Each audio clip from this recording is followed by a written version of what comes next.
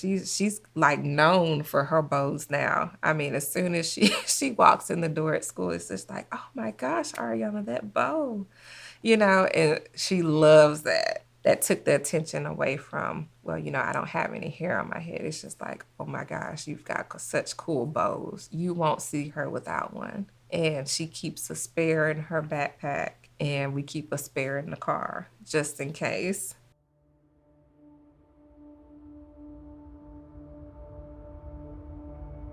We were just moving around with CJ's company. So we were kind of just all over the place. It kind of seemed like everywhere that we went served a purpose. We stayed there just long enough to accomplish something, and it was just, then we moved on to the next place. Being here, it was meant to be because of Ariana and her health. She had been complaining of just like her back was hurting, her chest was kind of hurting. She didn't want Dad to hug her too tight. The doctor listened to Ariana and she said, well, I really don't hear a lot of air movement on the left side of her chest. We were on our way home. Her doctor called while we were still out and said, we want to set her up for I think a CT scan. She saw way more fluid on the left side of her chest than she expected. And she said, so we'll probably set that up for tomorrow. We weren't even in the house long before she called back and she said, you know what? I just want you to go ahead and go to the emergency room. And I've already called and told them that you're coming. They took, they did the CT scan, and that's when they found it.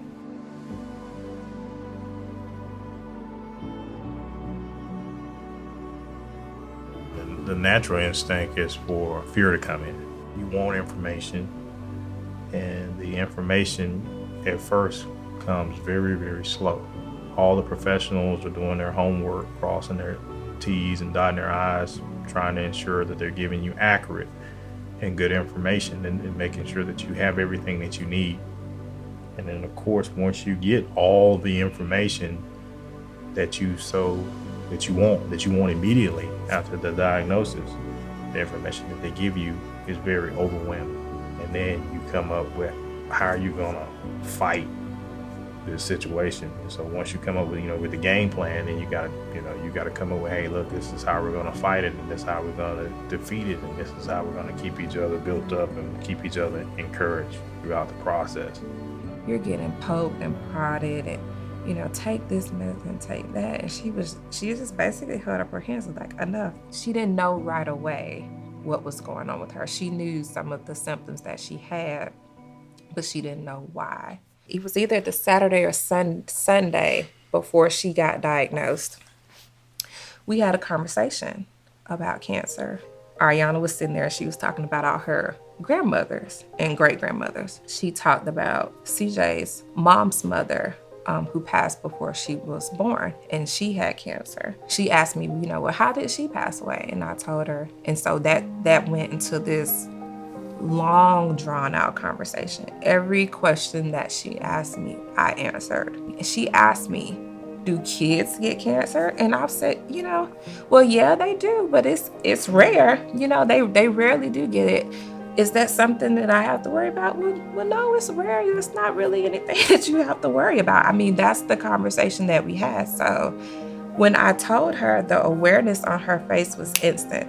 You have cancer. It's okay to be scared. We're scared too. But you let Mom and Dad worry. We'll worry for you.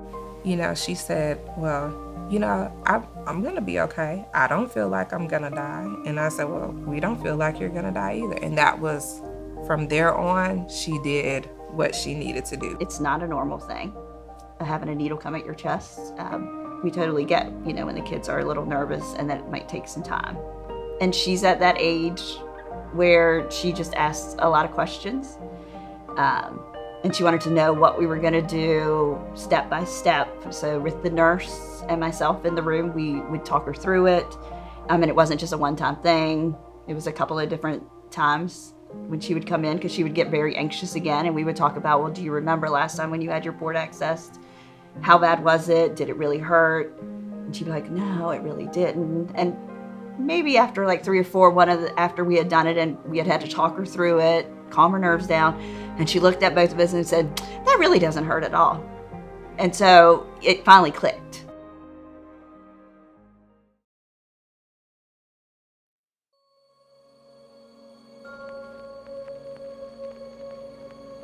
Dr. Rohan coming in, just talking with Arianna.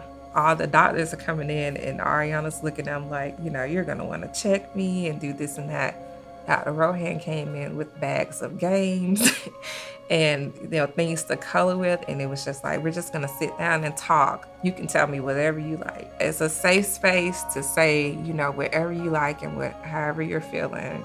You have this relatively healthy 7-year-old who's never been to a hospital for anything major, is now suddenly in the ICU, struggling with all this stuff happening to her, getting ports placed, getting tubes placed, not feeling well, finding out she has cancer, and really kind of let her say how angry she was, how frustrated she was, how awful this was, and really kind of helping her start to adjust to her life as having cancer and what that will mean for her. It's so cute because the kids, they all think they own Miss Katie. Like, they go in, they see her, and they're like, where's Miss Katie? And then if they don't see her around, they will go look for her. They will go walk the halls and go find her in her office. To be needed and wanted by little kids, because most of the time they could be like, you're an old lady, I don't want to do anything with you. And so when a nurse comes to get me, if I haven't gone to find the kids yet and say, hey, so-and-so is looking for you, or sometimes the kids sneak around the corner and come find me at my office. It is a great feeling. It's critical because they do miss so much time. Attendance is huge and that impacts the lack of instruction. If they're not in the classroom, how is that instruction being made up? And ASK provides an avenue to help with that and reinforcing the work that needs additional work. She's just able to get that one-on-one time and able to, they're going at their own pace. She's able to ask questions. It's been like a letter grade difference going up with her in the math. It's just, that collaboration with everyone to help her and to be successful and to be confident in her skills. One of the huge benefits that Arianna loved, and she talks about to this day, was asking to be around other children who are going through the same thing that she's going through and that can relate, to her experience. It's been a tremendous help, because she's able to see that there's other kids out here who are fighting the same thing, who have overcome the same thing, and that are now living healthy lives.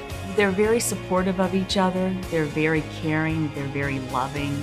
They're affectionate. I think it's because of how their life has unfolded. So they're more aware of the precious time that they have and how thankful they are.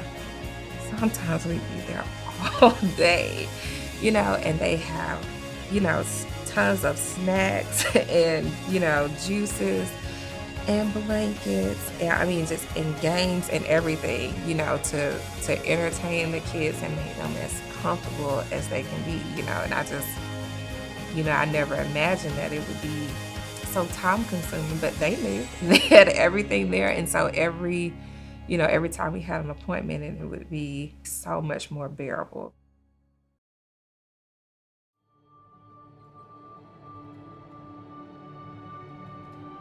The growing medical bills and stuff like that, just to be able to have those types of private tutoring and being able to have sessions and speak, with Dr. Rohan and stuff is beneficial. And like I said, those are things that were already anticipated.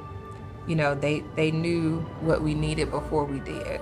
You just can't really put a value on having a program like ASK. Mm-hmm. So we're here, and no family and stuff close by. It was just like this community opened up. It just bloomed right in front of us, and we had all these resources that we could tap into, which makes the journey a lot more bearable.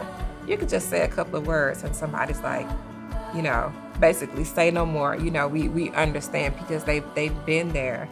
They've seen the good, they've seen the bad. Everywhere we've been to serve the purpose, and it was just meant to be for us to be here in the Richmond area when she got diagnosed and be able to have access to all these resources.